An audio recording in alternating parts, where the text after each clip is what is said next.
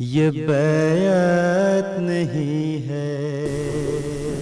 اب میں ان آیات کی طرف آتا ہوں۔ قل یا عبادی الذین اسرفوا علی انفسہم۔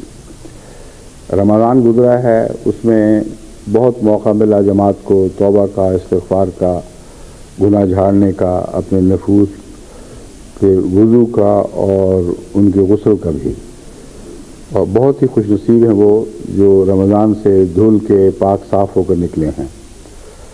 کچھ ایسے بھی ضرور ہوں گے، کیونکہ 100% قوم کی اصلاح تو ممکن ہی نہیں ہے۔ کوئی نبی ایسا نہیں جس کے زمانے میں کسی قوم کی اس کی زندگی کی میں 100% اصلاح ہو چکی ہو۔ اس لیے ایک جاری جد و جہد ہے، ایک جہاد ہے جس میں ہم نے ہمیشہ مصروف رہنا ہے۔ جب تک خدا کا بلاوا نہ آ جائے ہمیں لازماً جد و جہد کرنی ہے کہ ہم میں سے ہر ایک ایسا خوش نصیب ہو جائے کہ مرنے سے پہلے وہ ابرار میں لکھا جائے اور اس کے تمام گناہ بخشے جا چکے ہوں۔ اس تعلق میں یہ آیت ہے جو ایک خوشخبری لے کر آئی ہے، مگر ایک تنبیہ بھی لے کر آئی ہے۔ اللہ تعالیٰ فرماتا ہے قل یا عبادی الذین اسرفوا علی انفسہم لا تقنطوا من رحمت اللہ۔ اے وہ لوگوں جنہوں نے اپنے نفوس پر اسراف کیا ہے۔ یہاں عام گناہ مراد نہیں، حضرت مسیح موعود علیہ السلام اس کے ترجمے میں فرماتے ہیں یعنی گناہ کبائر میں ملوث ہوئے ہیں، جو بڑے سے بڑے گناہ ہیں وہ بھی کر بیٹھے ہیں۔ لا تقنطوا من رحمت اللہ، اللہ کی رحمت سے مایوس نہ ہو۔ ان اللہ یغفر الذنوب جمیعا، یقیناً اللہ تعالیٰ تمام گناہوں کو بخشنے کی طاقت رکھتا ہے۔ انہ هو الغفور الرحیم، یقیناً وہی تو ہے جو بہت بخشنے والا اور بار بار رحم فرمانے والا ہے۔ اس آیت کے نتیجے میں جو یہ احساس ہوتا ہے ایک عام معافی کا اعلان ہے، ہر گناہ گار بخشا گیا، یہ احساس غلط ہے، درست نہیں ہے، کیونکہ بخشے جانے کے امکان کے دروازے کھولے گئے ہیں، ہر شخص کے بخشے جانے کا اعلان نہیں ہوا۔ اس لیے بعض صوفیاء یا صوفیہ مزاج لوگ یہ سمجھتے ہیں بس یہ آیت ہو گئی اور ہمیں کسی عمل کی ضرورت نہیں، سب کبائر بھی بخشے گئے، سب صغائر بھی بخشے گئے، اللہ بہت غفور الرحیم ہے۔ جب گناہوں سے باز رکھنے کی طرف ان کو متوجہ کیا جاتا ہے تو اللہ بڑا غفور الرحیم ہے، ہر گناہ بخش دے گا۔ بس یہ جو غلط تاثر ہے اس کو اگلی آیات بہت وضاحت سے دور کر رہی ہیں، بہت ہی صفائی کے ساتھ ایک ایک پہلو اس غلط تاثر کا رد فرما رہی ہیں۔ چنانچہ فرمایا غفور الرحیم ہے تو کیا کرو، وَأَنِيبُوا إِلَىٰ رَبِّكُمْ، بس اپنے رب کی طرف جھک جاؤ، اس کی طرف مائل ہو جاؤ، وَأَسْلِمُوا لَهُ، اس کو اپنے آپ کو اس کے سپرد کر دو، من قبل ان یاتیکم العذاب ثم لا تنصرون، اس سے پہلے کہ عذاب تم تک آ جائے اور پھر تمہاری کوئی مدد نہیں کی جائے گی۔ تو اگر بخشش کا عام اعلان تھا تو اس آیت کا پھر کیا موقع ہے مان بات کہ جلدی خدا کی طرف جھکو اس وقت سے پہلے کہ عذاب تم تک آ پہنچے اور پھر بخشش کا وقت گزر چکا ہو۔ پھر فرمایا وَاتَّبِعُوا أَحْسَنَ مَا أُنزِلَ إِلَيْكُمْ، پہلے فرمایا ہے أَنِيبُوا إِلَىٰ رَبِّكُمْ، یعنی اللہ کی طرف بڑھو اور جھک جاؤ تاکہ تمہارے گناہ بخشے جائیں، تم نیکوکاروں میں شمار ہو۔ لیکن یہ ایک مقام اور ایک مرتبہ ہے۔ اللہ تعالیٰ فرماتا ہے بہتر تو ہے کہ عذاب سے پہلے اس سے بلند تر مرتبہ حاصل کر لو، اور وہ یہ ہے وَاتَّبِعُوا أَحْسَنَ مَا أُنزِلَ إِلَيْكُمْ، جو بھی نصیحتیں فرمائی گئی ہیں، جو بھی ہدایات تمہیں عطا کی گئی ہیں، ان میں سے ادنا پر راضی نہ رہو، بلکہ توبہ کے ساتھ اعلیٰ پر ہاتھ مارو۔ جو سب سے خوبصورت حصہ تعلیم کا ہے، جو سب سے اعلیٰ درجے کا ہے، اسے اپناؤ اور اسے اپنی ذات میں جاری کرنے کی کوشش کرو۔ پھر فرمایا من قبل ان یاتیکم العذاب بغتۃ وانتم لا تنصرون، یہاں تک لا تشعرون وَأَنْ يَأْتِيَكُمْ عَذَابُ بَغْتَةً وَأَنْتُمْ لَا تَشْعُرُونَ. پہلے یہ تھا تنصرون، اب اس آیت میں ہے تشعرون. تشعرون کا مضمون بتا رہا ہے کہ ایسا عذاب جس کے آثار ظاہر نہ ہوں اور اچانک آ جائے. یہاں لا تنصرون نہیں فرمایا، کیونکہ لا تنصرون کا مضمون یہاں اطلاق پاتا ہی نہیں. پہلی آیت نے اس کو خوب کھول دیا کہ اگر اللہ کی طرف انابت نصیب ہو جائے تو پھر تمہیں مدد دی جائے گی، تم اللہ تعالیٰ کے فضل کے ساتھ اس کی رحمت، اس کی مغفرت کے سائے تلے آ جاؤ گے، تمہارے گناہ بخشے جائیں گے. اگر عذاب آنے کے وقت تمہیں توجہ کی تو وہ توجہ رد کر دی جائے گی، پھر تمہاری کیوں مدد نہیں کی جائے گی. مگر جہاں فرمایا آسنو، وہاں لا تشعرون والے عذاب کی طرف متوجہ فرمایا ہے. اس میں حکمت یہ ہے کہ وہ لوگ جو توبہ کر لیتے ہیں لیکن نیک اعمال میں جو بہترین اعمال ہیں ان پر انہیں اختیار کرنے میں کوئی جلدی نہیں کرتے. وہ سمجھتے ہیں یہ اوپر کی باتیں ہیں، ہم بعد میں کر لیں گے، پہلے ابتدائی تو ٹھیک کر لیں اپنے آپ کو. نمازیں شروع کر دی ہیں، بس یہی کافی ہے. انہیں سوار کر پڑھنا، انہیں تہجد کی نمازوں تک چاہ پہنچنا، راتوں کو اٹھنا، ان تمام تقاضوں کو وہ سمجھتے ہیں کہ یہ نفلی اور نسبتاً زیادہ اعلیٰ درجے کے تقاضے ہیں، ان کے بغیر بھی کام ہو سکتا ہے. اس لیے وہ نفس کی کمزوری کی وجہ سے ٹالتے چلے جاتے ہیں. آہستہ آہستہ ہم بڑھ ہی رہے ہیں، آج نہیں تو کل حاصل کر لیں گے یہ باتیں.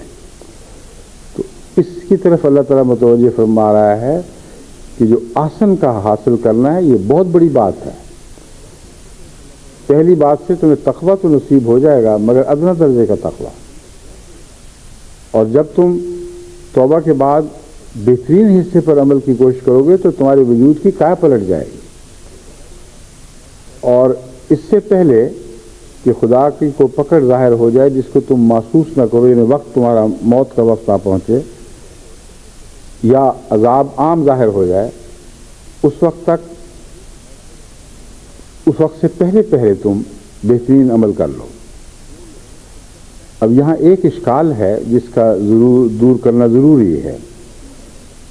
وہ لوگ جو توبہ کر لیتے ہیں، کیا جب عذاب کا وقت آتا ہے اگر وہ آسن پر ہاتھ نہ ڈال رہے ہوں تو کیا عذاب کے نیچے آئیں گے؟ یہ سوال پیدا ہوتا ہے. ورنہ آیت کریمہ ایک غیر ضروری بات تو نہیں فرما سکتی. پہلی آیت کے ساتھ اس کو ملا کر پڑھیں تو یہ سوال اٹھتا ہے کہ انیبو کا مطلب تھا اگر کہ توبہ کر لو، خدا کی طرف متوجہ ہو جاؤ، اور خدا نے وعدہ فرما دیا کہ پھر عام بخشش کے اندر تم داخل ہو جاؤ گے. تو آسنو اس سے اگلا قدم ہے. اگر احسان نہ کر سکے تو کیا اچانک عذاب میں مبتلا ہو جائے گا؟ یہ ہے جو اشکال اس سے پیدا ہوتا ہے اور دور کرنا ضروری ہے. عذاب کی جو نوعیت ہے بغتتاً اور اچانک، یہ بعض دفعہ قومی عذاب کے طور پر نازل ہوا کرتا ہے، جس میں نیک بھی، جس طرح گھن کے ساتھ آٹا بھی پس جاتا ہے، گندم کے دانے بھی پس جاتے ہیں، اس طرح وہ گندم کے دانوں کے ساتھ گھن بھی پس جاتا ہے. اسی طرح وہ ہر شخص بیچ میں وہ کچھ نہ کچھ مبتلا ضرور ہو جاتا ہے. عام قومی عذاب آ رہے ہیں، مصیبتیں پڑ رہی ہیں، سیلاب آ رہے ہیں، طوفان آ رہے ہیں، بے اطمینانی ہو رہی ہے، گھر گھر ڈاکے پڑ رہے ہیں، بچے چوری ہو رہے ہیں، ہر طرف ظلم کا دور دورہ ہے. وہ جو عذاب ہے وہ آتا تو بدوں کا ہے، بدوں پر ہے، اور بدوں نے بد ہی اس کے ذمہ دار ہیں. لیکن بسا اوقات ہم دیکھتے ہیں کہ نیک لوگ بھی بیچارے اس میں زخمی ہوتے ہیں، کسی نہ کسی پہلو سے وہ دکھ اٹھا لیتے ہیں. اور بعض دفعہ اچانک جو طوفان ظاہر ہوتا ہے، مثلا سیلاب آ گیا ہے، وہ اب نیکوں کے گھر اور بروں کے گھروں میں تمیز تو نہیں کرتا. مگر وہ لوگ جو خدا کے نزدیک آسن اعمال والے ہیں، ان کی بعض دفعہ اللہ تعالیٰ اس حیرت انگیز طریق پر حفاظت فرماتا ہے کہ وہ تصور بھی نہیں کر سکتے تھے کہ اس طرح ہم بچائے جائیں گے. چنانچہ پاکستان میں جو بد اطمینانی کی حالت ہے، اس میں کئی دفعہ بعض نیک لوگ بھی بتاتے ہیں کہ ہم بھی مشکل میں مبتلا ہوئے، ہمیں بھی ڈاکوؤں نے لوٹا، ہمارے گھر بھی داخل ہوئے۔ تو ایک بات تو یہ نظر آتی ہے کہ اس اگلی بد حالت سے وہ پھر بھی بچا لیے گئے ہیں جو بعض دوسروں کے اوپر عائد کی گئی، یعنی عورتوں کی بے عزتی، بچوں پر ظلم و ستم، اور کسی طرح ان ڈاکوؤں کے ہاتھ رک گئے اور وہ آخر حد تک نہیں پہنچے۔ یہ تو عام خدا تعالیٰ کا ایک خاص فضل ہے جو جماعت پر دکھائی دے رہا ہے۔ لیکن کچھ ایسے لوگ بھی ہیں جن کے متعلق کوئی وجہ نہیں نظر آتی کہ کیوں بچ گئے، وہ حالات میں گھیرا ڈال لیا تھا، ان کا بچنا دکھائی نہیں دیتا تھا۔ وہ لکھتے ہیں کہ اس طرح خدا تعالیٰ کے فضل کے ہاتھ نے ہمیں بچا لیا کہ حیرت زدہ رہ گئے۔ یہ وہ احسان والے لوگ ہیں جن کو بغتتاً عذاب بھی نہیں چھوئے گا۔ کئی دفعہ ایسا ہوا کہ سیلاب سے ایک دن پہلے وہاں سے منتقل ہو گئے ہیں، یہ اور ایسا ذریعہ بن گیا کہ خدا تعالیٰ نے ان کو وہاں سے بچا لیا اور نقصان سے بچا لیا۔ تو احسن عمل محض ایک نفلی حصہ نہیں ہے بلکہ روزمرہ کی زندگی کی ضرورتوں میں داخل ہے، اور احسن عمل والا اس نیک سے زیادہ بہتر جزا پاتا ہے جو عام باتوں میں تقویٰ تو اختیار کرتا ہے، یعنی بدیوں سے بچ جاتا ہے مگر نیکیوں میں آگے نہیں بڑھتا۔ اور لفظ احسن کا استعمال اس پہلو سے قرآن کریم نے اور بھی جگہ استعمال فرمایا ہے، اور فرمایا ہے جنہوں نے اس دنیا میں احسان سے کام لیا، جو محسن ہو گئے، ان کے لیے اس دنیا میں غیر معمولی جزا ہے اور یہاں بھی جزا ہوگی۔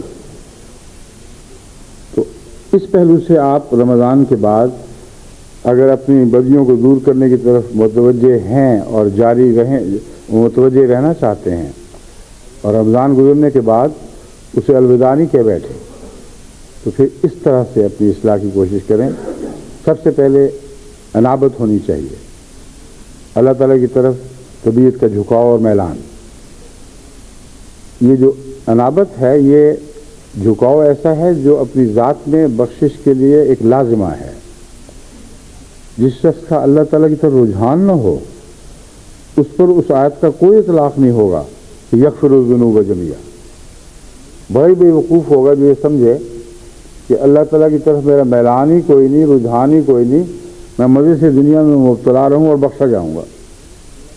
بڑے دھوکے میں مبتلا ہے، یہ دنیا بھی اس کی اکارت جائے گی اور اگلی دنیا بھی۔ بس انیبو کی شرط ہے جو توبہ کے لیے آغاز کا کام دیتی ہے۔ اس شرط کا مطلب ہے کہ تمہارے دل میں اللہ تعالیٰ کا اتنا خیال تو ہو کہ اس کی طرف جھکنے کی طرف طبیعت مائل ہو، دل چاہنے لگے کہ میں اللہ والا ہو جاؤں۔ جب یہ نیت کے اندر یہ آغاز ہوتا ہے نیکی کی طرف قدم بڑھانے کا، تو انابت سے ہوا کرتا ہے۔ ورنہ جو گناہوں میں ملوث ہیں ان کو گناہوں کا مزہ اتنا بڑھتا جاتا ہے کہ وہ گناہوں سے توبہ کا خیال بھی نہیں کرتے، بلکہ ان گناہوں کی حسرت کیا کرتے ہیں جو کر نہیں سکے۔ جو اصل تبدیلی والی بات ہے وہ انابت ہے۔ یہ انابت تلفظ کیا ہے اس کا؟ انابت ہی ہے نا۔ تو انابت ہے یعنی خدا تعالیٰ کی طرف طبی میلان اور جھکاؤ۔ تو فرمایا کہ اگر تم مغفرت کے اس اعلان عام سے متاثر ہوئے ہو، تم چاہتے ہو کہ تم بھی اس مغفرت کی لپیٹ میں آ جاؤ، اس کے سائے تلے آ جاؤ، انیبوا الی ربکم، اپنے رب کی طرف میلان پیدا کرو، اس کی طرف جھکو، اور جب اللہ تعالیٰ کی طرف پیار کا میلان ہوگا تو پھر خدا تعالیٰ تمہارے یہاں سے تبدیلیاں پیدا کرے گا۔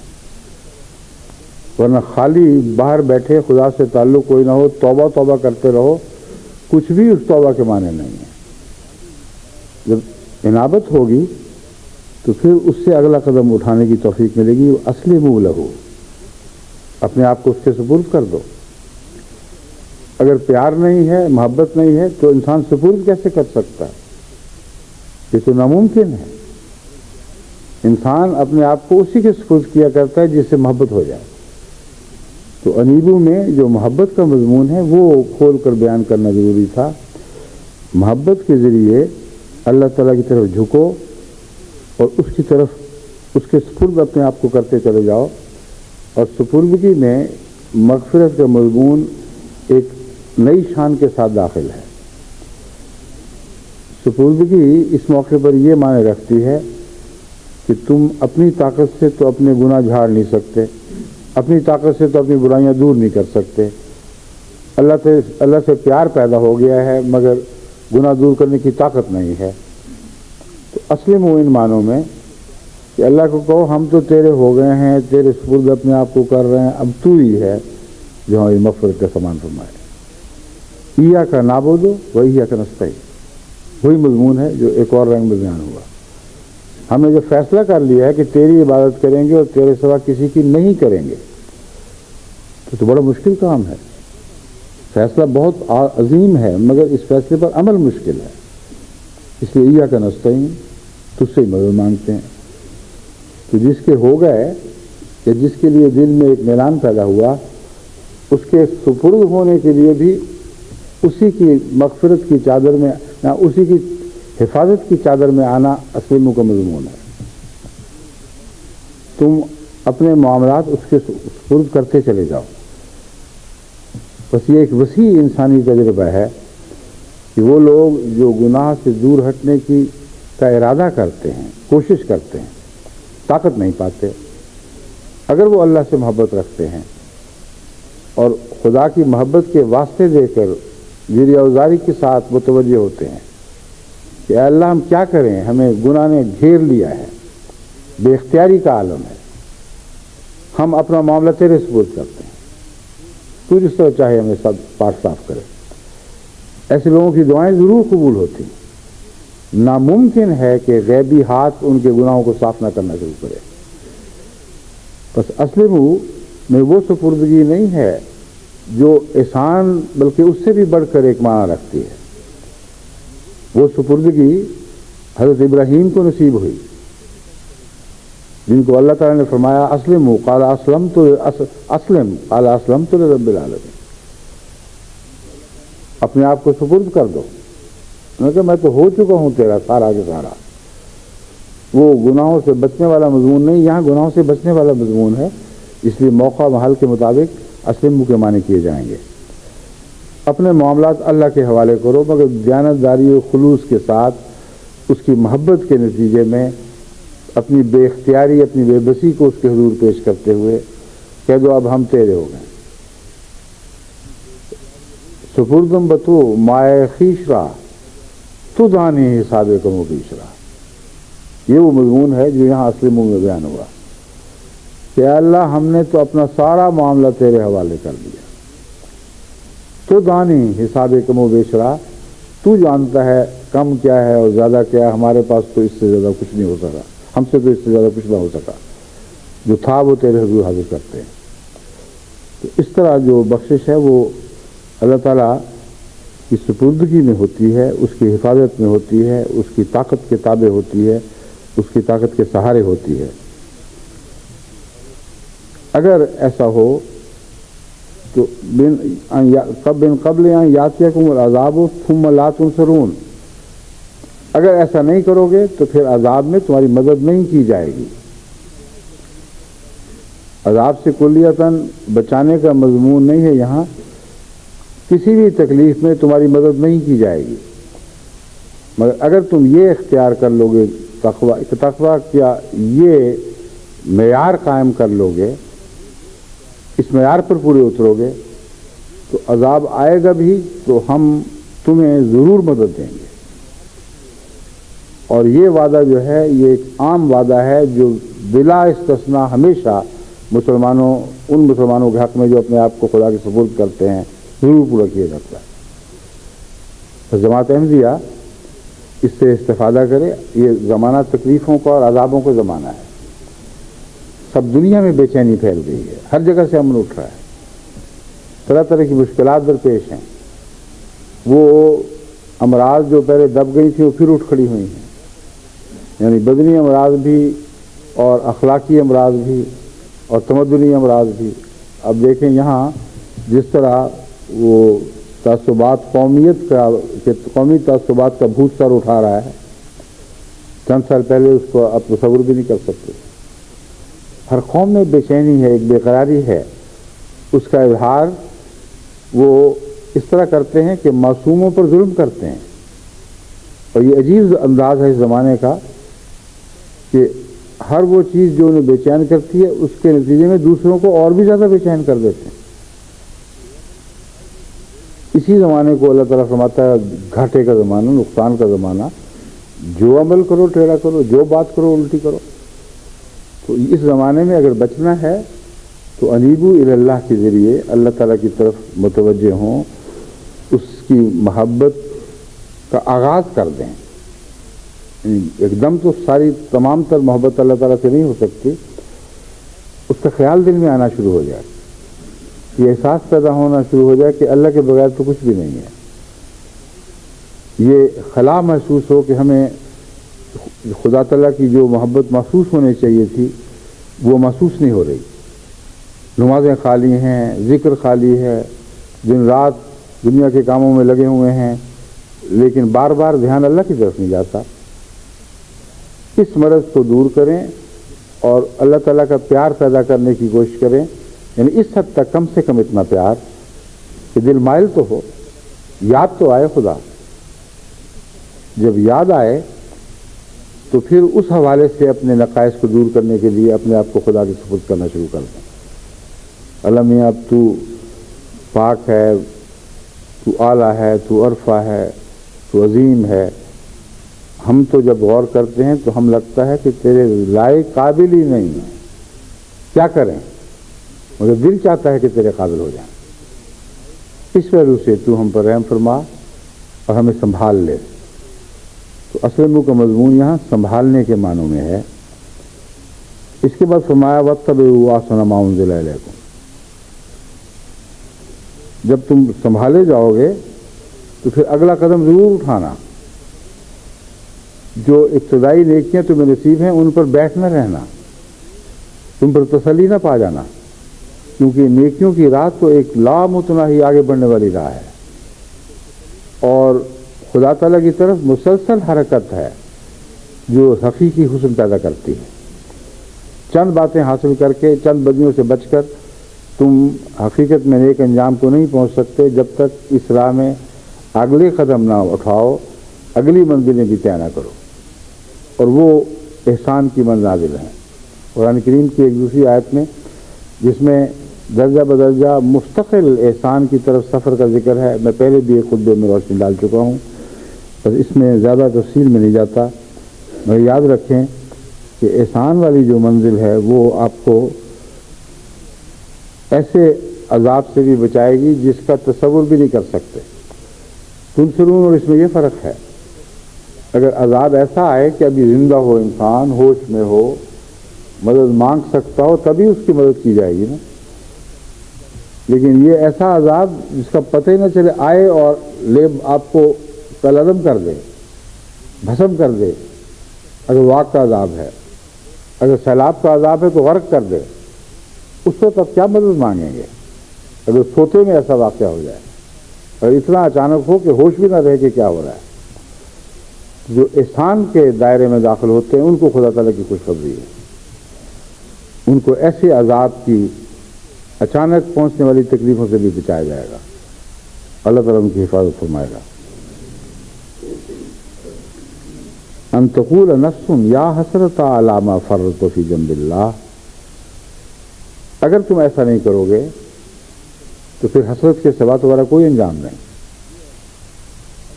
اگر تم ایسا نہیں کرو گے تو جن کو مغفرت نصیب ہونی ہے ان میں تم شامل نہیں ہو، یہ اعلان ہو رہا ہے۔ اور حسرت یہ ہوگی ما فرطت فی جنب اللہ، میں نے جو کوتاہیاں کی ہیں، جن فرائض سے غافل رہا ہوں، اللہ تعالیٰ کے بارے میں اس کے ساتھ ہوتے ہوئے، اس کے پہلو میں زندگی بسر کرتے ہوئے، وَإِن كُنتُ لَمِنَ السَّاخِرِينَ، میں تو ساخرین میں سے رہا۔ اور ساخر کا ایک معنی ہے تمسخر کرنے والا، مذاق کرنے والا۔ اس موقع پر وہ چسپا نہیں ہوتا۔ ساخر کا ایک مطلب ہے کسی چیز کو معمولی سمجھنا، اور اس کو وقت نہ دینا. اور یہی معنی ہے جو اس موقع پر چشمہ ہوتا ہے. چنانچہ حضرت مسلم موعود میں نے ترجمہ اسی نیت سے دیکھا تو اس میں یہ لکھا ہوا ہے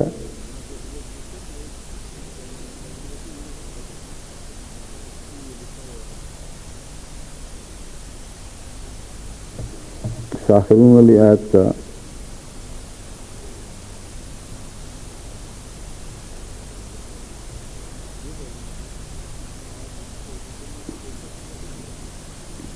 ہاں یہ ترجمہ ہے. تو ایسا نہ ہو کہ تم میں سے کوئی شخص یہ کہنے لگے کہ جو کچھ اللہ کے بارے میں نے کمی کی ہے اس کی بنا پر مجھ پر افسوس ہے اور میں تو وحی الہی کو حقیر سمجھتا رہا. ساخرین کا ترجمہ آپ نے حقیر ہی فرمایا ہے، مگر وحی الہی کے کو بریکٹ میں رکھا ہے، یعنی ایک معنی اس کا یہ ہے. ساخرین کا تعلق لازم نہیں کہ وحی الہی سے ہو. ساخرین کا ایک تعلق عام روزمرہ کے معاملات میں اصلاح کی طرف متوجہ ہونے سے بھی ہے. اور ساخرین ان معنوں میں وہ تمسخر والے معنی بھی رکھتے ہیں کہ ہنس کھیل کر ہم نے دنیا کو چھوٹا، ان باتوں کو، دین کی باتوں کو معمولی سمجھا اور ہنسی ٹھٹھے میں وقت ضائع کر دیا. کوئی اہمیت نہیں دین کی باتوں کو. اب جب وقت آ گیا ہے عذاب کا، اب اس سے بچ نہیں سکتے. بس پہلی آیت جو تھی، یہ جو عمومی مضمون ہے، اس کے بعد اللہ تعالیٰ پہلی دونوں آیات کی طرف ایک کے بعد دوسرے کی طرف توجہ دیتا ہے اسی ترتیب کے ساتھ. او تقولا لو ان اللہ ہدانی لکنت من المتقین، یا اس وقت یہ کہو کہ کاش مجھے اللہ تعالیٰ نے ہدایت دے دی ہوتی تو میں متقین میں سے ہو جاتا، یعنی بچ جاتا برائیوں سے. او تقولا حین تری العذاب لو ان لی کرۃ فاکون من المحسنین.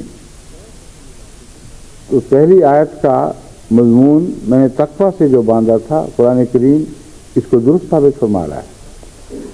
اور دوسری آیت کے مضمون کو جو میں نے تقویٰ کے بعد بلند تر مناسب کی طرف بڑھنے کے لیے کا بیان فرمایا تھا، یہ آیت بین ہی اس کی تصدیق کر رہی ہے. یہی اسی ترتیب کے ساتھ قرآن کریم اس مضمون کو ختم کرتا ہے کہ دیکھو پہلے ہدایت پا جاؤ، ورنہ یہ حسرت رہے گی کاش میں تقویٰ اختیار کر لیتا.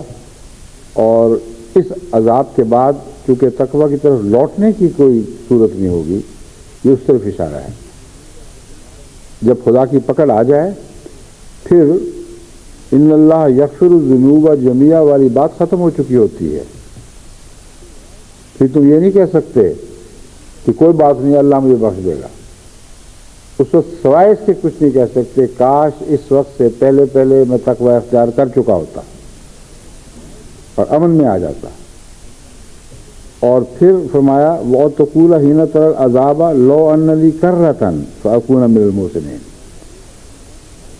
عذاب دیکھتے، اچانک عذاب دیکھتے پھر یہ نہ کہنا کہ کاش میں اتنا نیک ہوتا اس سے پہلے کہ احسان کی منازل بھی طے کر چکا ہوتا.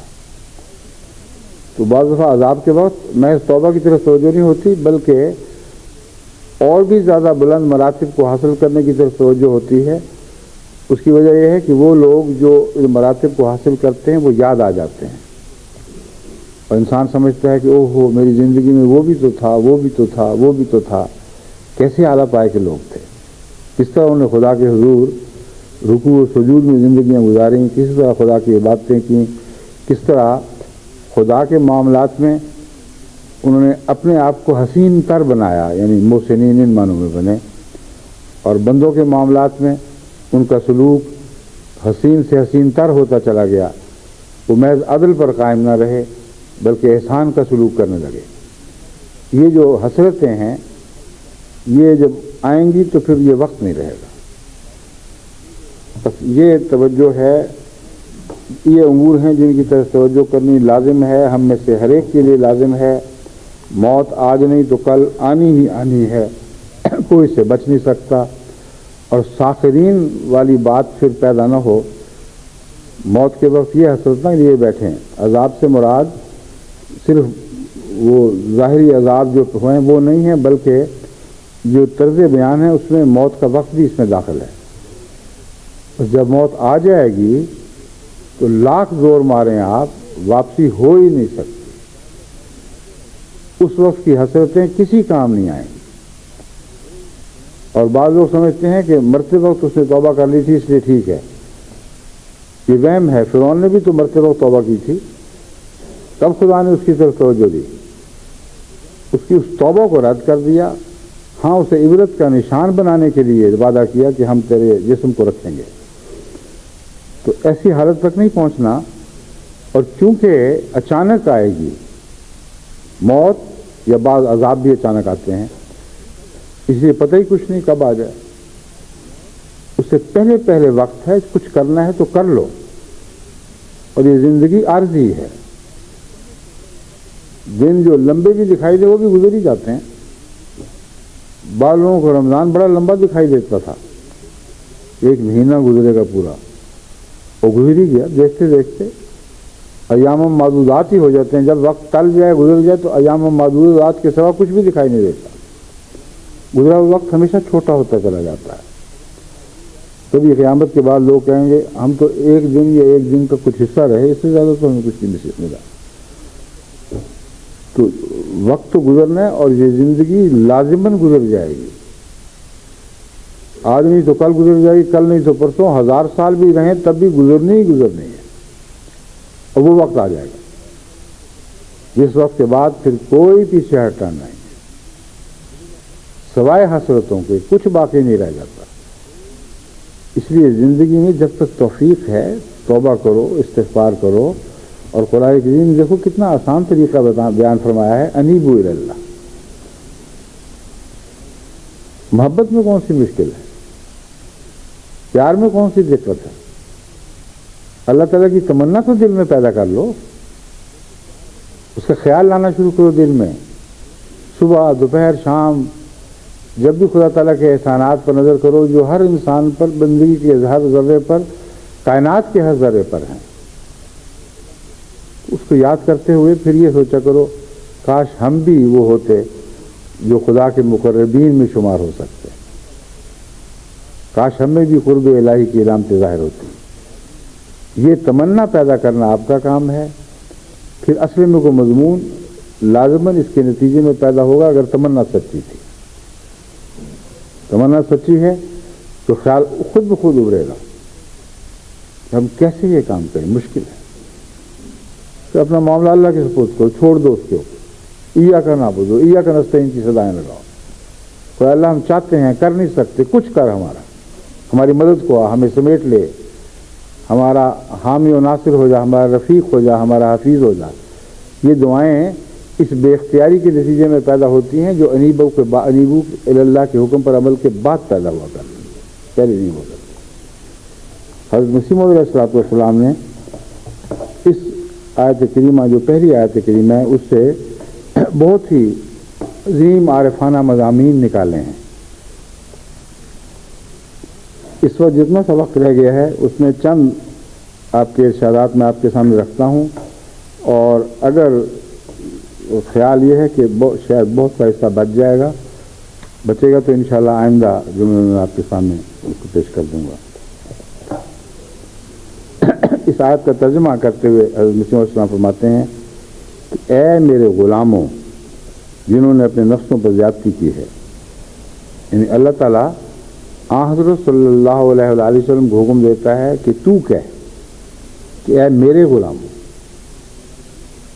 اور ایک جگہ حضرت مسیح علیہ السلام نے بندوں کا بھی ترجمہ کیا ہے، مگر ساتھ تشریح فرما دی ہے کہ کن معنوں میں بندہ ہے یہ.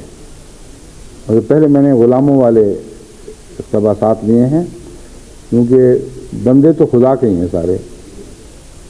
بندوں کے معنوں میں تو محمد رسول اللہ کا کوئی بندہ نہیں تھا، مگر جو محمد رسول اللہ کا غلام ہو جائے وہ ایک معنی میں محمد کا بندہ بھی کہلا سکتا ہے. ہم تو تیرے بندہ بے دام ہیں کہتے ہیں جس طرح. تو غلام کامل پر لفظ بندہ بھی اطلاق پا جاتا ہے. تو حضرت مسیح علیہ السلام فرماتے ہیں اے محمد صلی اللہ علیہ وسلم، یعنی نام نہیں لیا مگر مخاطب حضور اکرم صلی اللہ علیہ وسلم کو اللہ تعالیٰ فرما رہا ہے، اے میرے غلاموں جنہوں نے اپنے نفسوں پر زیادتی کی ہے، کہ تم رحمت الہی سے نا امید مت ہو، خدا تعالیٰ سارے گناہ بخش دے گا۔ یہ پہلا آغاز کا اعلان ہے جو اسی طرح میں نے آپ کے سامنے رکھا جس طرح مسلم کی عبارت ہے۔ اب اس آیت میں بجائے قل یا عباد اللہ کے، جس کے معنی ہیں کہ کہہ اے خدا تعالیٰ کے بندو، یہ فرمایا قل یا عبادی، یعنی کہہ کہ اے میرے غلاموں۔ یہاں بندہ کی بجائے غلاموں کا لفظ استعمال فرمایا ہے۔ اس طرز کے اختیار کرنے میں بھید یہی ہے کہ یہ آیت اس لیے نازل ہوئی ہے کہ تا خدا تعالیٰ بے انتہا رحمتوں کی بشارت دے دے۔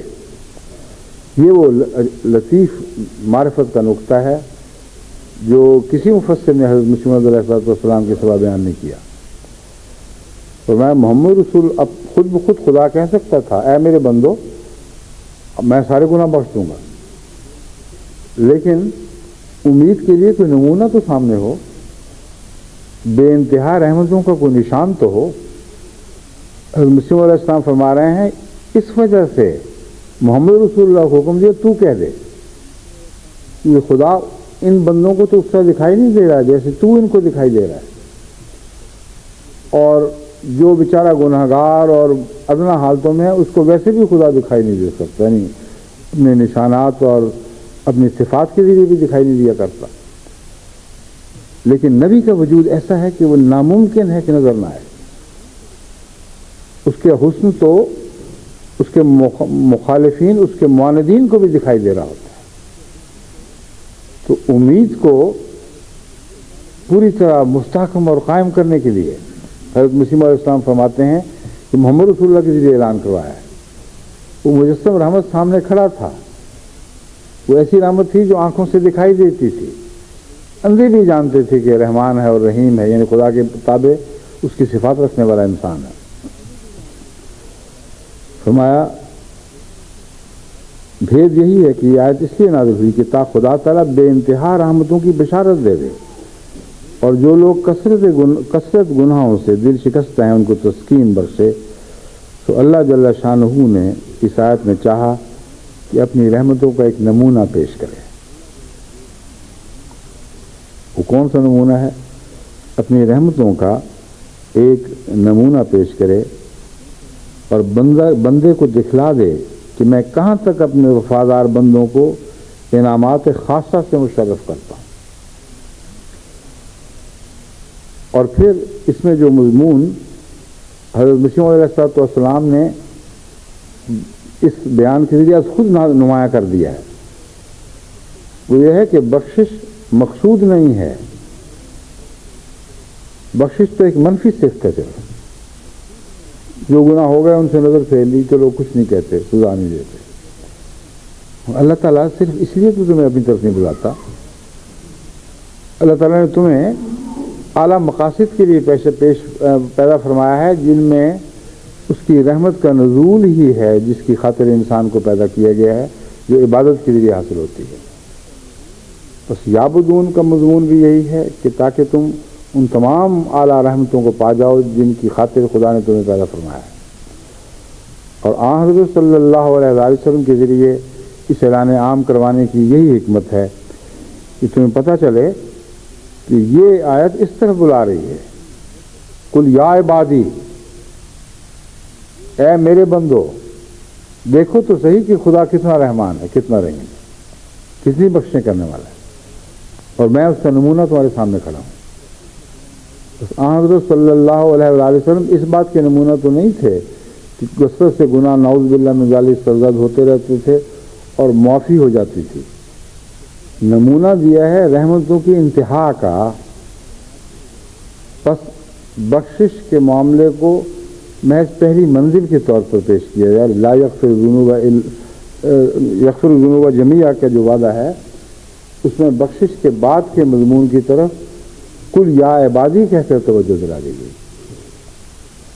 بخشش پر راضی نہیں ہونا احسان کی طرف قدم بڑھانا ہے، احسان کی طرف قدم بڑھانا ہے، اور اس طرح بڑھانا ہے جس طرح میرے بندے محمد رسول اللہ نے قدم بڑھایا ہے، اتنا بڑھانا ہے کہ تم اس کے بندے کہلانے لگو، تم اس کے کامل غلام بن جاؤ۔ فرماتے ہیں تو اس نے قل یا عبادی کے لفظ سے ظاہر کیا کہ دیکھو یہ میرا پیارا رسول، دیکھو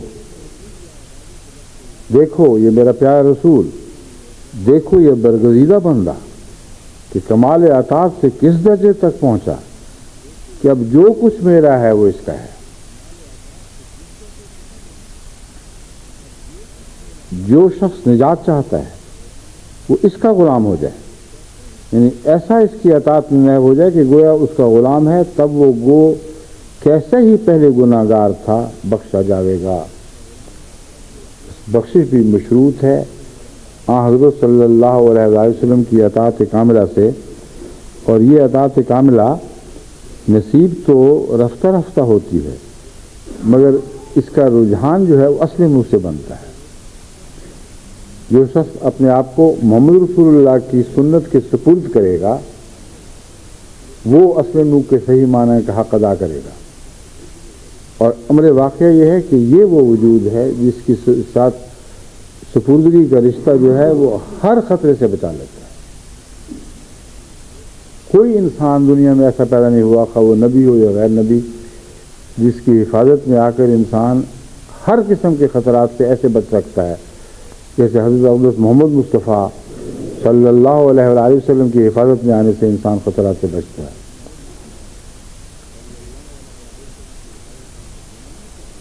پھر فرماتے ہیں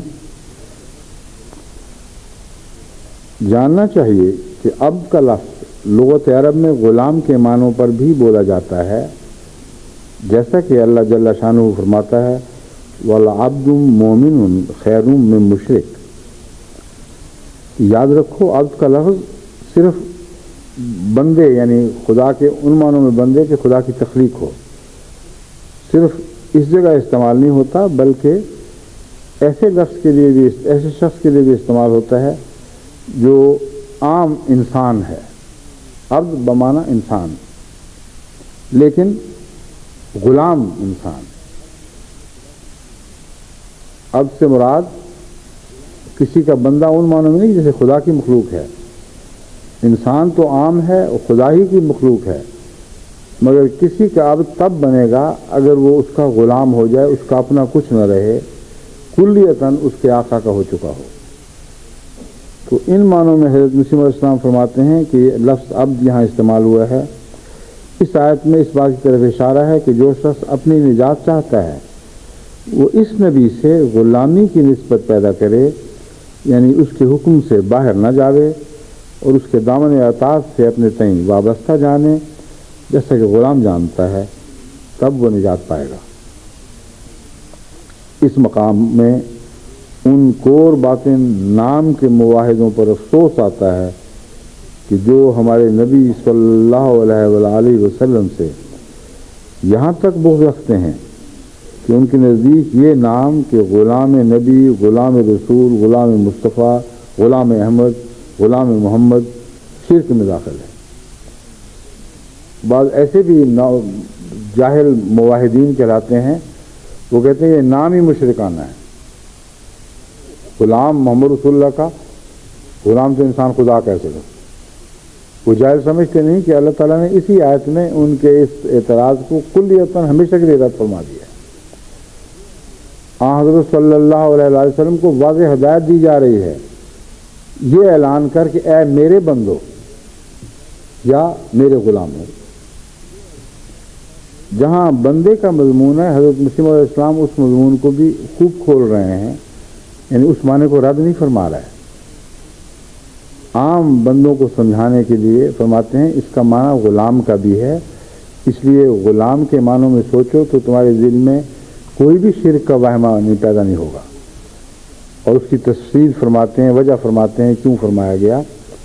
لیکن عبد کا معنی جو بندے کے ہیں اس کا بھی ذکر فرمایا ہے، وہ انشاءاللہ بعد میں ان اقتباسات کے حوالے سے آپ کے سامنے رکھوں گا۔ تو فرمایا یہاں وہ جاہل لوگ ہیں، ان کو پتہ ہی نہیں کہ غلام جو ہے وہ اپنی شخصیت کو دوسرے کی خاطر کھو دیتا ہے، کلیتاً اس کے تابع فرمان ہو جاتا ہے، اس کا کچھ نہیں رہتا، سب کچھ اس کا ہو جاتا ہے۔ ان معنوں میں محمد رسول اللہ کے ہو جاؤ تو پھر نجات یقینی ہے، کوئی بھی نجات کی راہ میں تمہارے لیے روک پیدا نہیں ہوگی، کسی طرف سے بھی تمہاری نجات کو کوئی بھی خطرہ نہیں پیدا ہوگا۔ محمد رسول اللہ کے دامن اس کی پناہ میں آ جاؤ تو ساری پناہیں تمہیں مل جائیں گی۔ پھر فرماتے ہیں اور چونکہ اب کے مفہوم میں یہ داخل ہے کہ ہر ایک آزادگی اور خود روی سے باہر آ جائے اور پورا متبع اپنے مولا کا ہو، اس لیے حق کے طالبوں کو یہ رغبت دی گئی کہ اگر نجات چاہتے ہیں تو یہ مفہوم اپنے اندر پیدا کریں۔ اب اس مفہوم میں داخل ہو کر تو یہ بہت بڑا ایک ذمہ داری کا مقام آنکھوں کے سامنے اٹھ کھڑا ہوتا ہے۔ فرماتے ہیں اپنی ہر آزادی کو محمد رسول اللہ کے قدموں میں ڈال کے اس آزادی سے فارغ ہو جاؤ، ہر خود روی سے باہر آ جاؤ، اپنی مرضی کرنے کے جو رجحانات آ جاتے ہیں یہاں تو ہم اپنی کریں گے، ان سب سے ان کے دائروں سے باہر آ جاؤ اور پورے متبع اپنے مولا کا ہو، یعنی محمد رسول اللہ ان معنوں میں تمہارے مولا ہوں کہ ان کی کامل اطاعت کے اندر دائرے میں داخل ہو۔ حق کے طالبوں کو یہ رغبت دی گئی کہ اگر نجات چاہتے ہو تو یہ مفہوم اپنے اندر پیدا کریں۔ اس میں امید رکھتا ہوں کہ ان آیات کریمہ کی اس تفسیر سے جو حضرت مسیح علیہ السلام کے اقتباسات کے حوالے سے میں نے کی ہے، آپ استفادہ کریں گے اور توجہ کریں گے۔ اپنے چھوٹے بچوں کو بھی متوجہ کریں، انابت کا جو معاملہ ہے وہ بچپن سے ہی شروع ہونا چاہیے۔ وہ سب بچے جن کے دل میں بچپن ہی، وہ سب بڑے یا بوڑھے بھی کہہ دینا چاہیے، جن کے دل میں بچپن میں کوئی رمق اللہ کی محبت کی تھی، بچپن میں خیال آیا کرتا تھا کہ ہم اللہ والے ہوں، ان کو اللہ تعالیٰ گھیر گھار کے لے آیا کرتا۔ ان میں سے کسی کو بد انجام میں نے نہیں دیکھا، بدیوں میں مبتلا ہونے کے باوجود پھر آخر ان کی آخری منزل وہی ہوتی ہے جو خدا کی اطاعت کی منزل ہے۔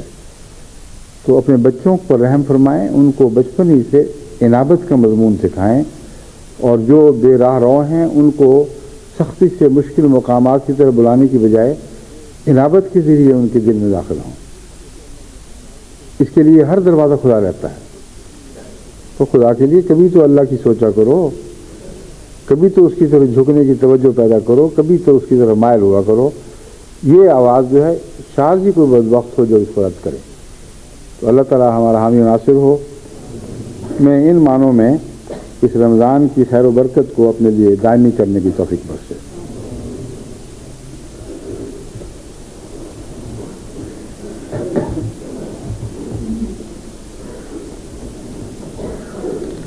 میں کس کے اقتباسات کے کچھ حصے رہتے ہیں انشاءاللہ۔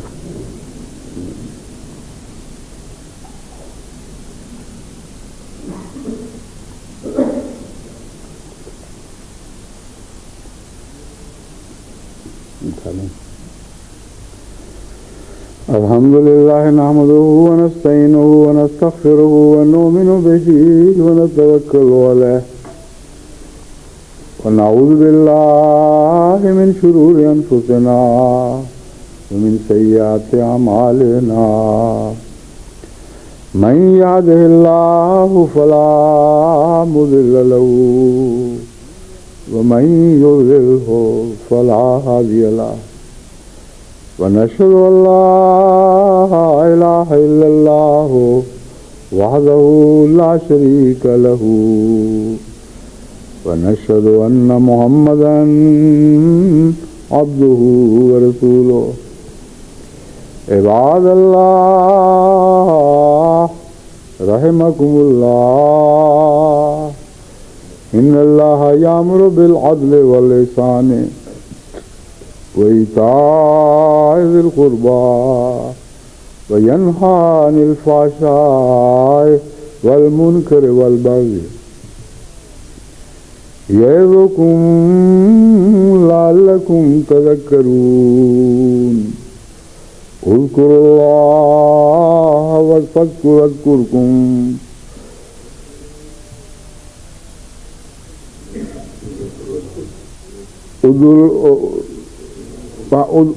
اذکروا اللہ یذکرکم وادعوہ یستجب لکم ولذکر اللہ اکبر.